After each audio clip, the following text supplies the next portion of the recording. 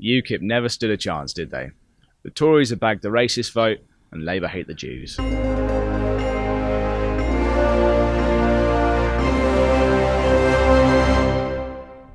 Welcome to British Rationals, in the week when... This week, Donald Trump announced that he's pulling America out of the Iran nuclear deal, despite opposition from partners Germany, France, the UK, China and Russia, calling it rotten and embarrassing. Our America likes to think it's the world's policeman, but we can get by perfectly fine without them. That said, we are all going to die. I don't know enough about it, really. I bet it's about oil. It's always about oil. We're all going to die. Never mind a Nobel Peace Prize. I think Trump should win a Hair Peace Prize. The Middle East need to take North Korea's lead. Sort it out yourself, then you don't have to deal directly with Trump. Then let him take the credit. I mean, he's going to anyway. We're all going to die, aren't we? I am completely and utterly vexed. How can the combined persuasive forces of Boris Johnson and Theresa May fail to win him over? I mean, you must be some kind of madman.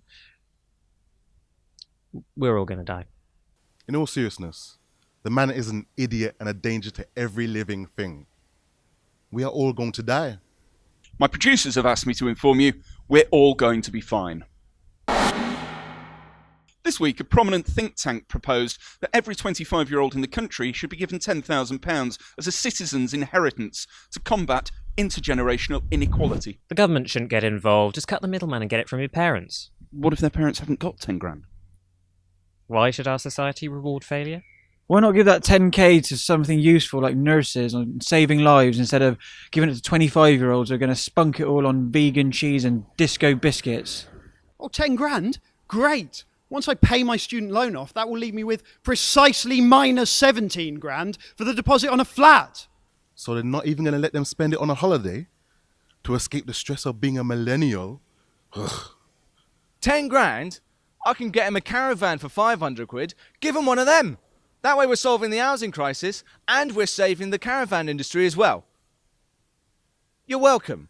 I mean, let's be honest, it's not going to happen. It's just a think tank desperately trying to justify their own existence. A bit like UKIP.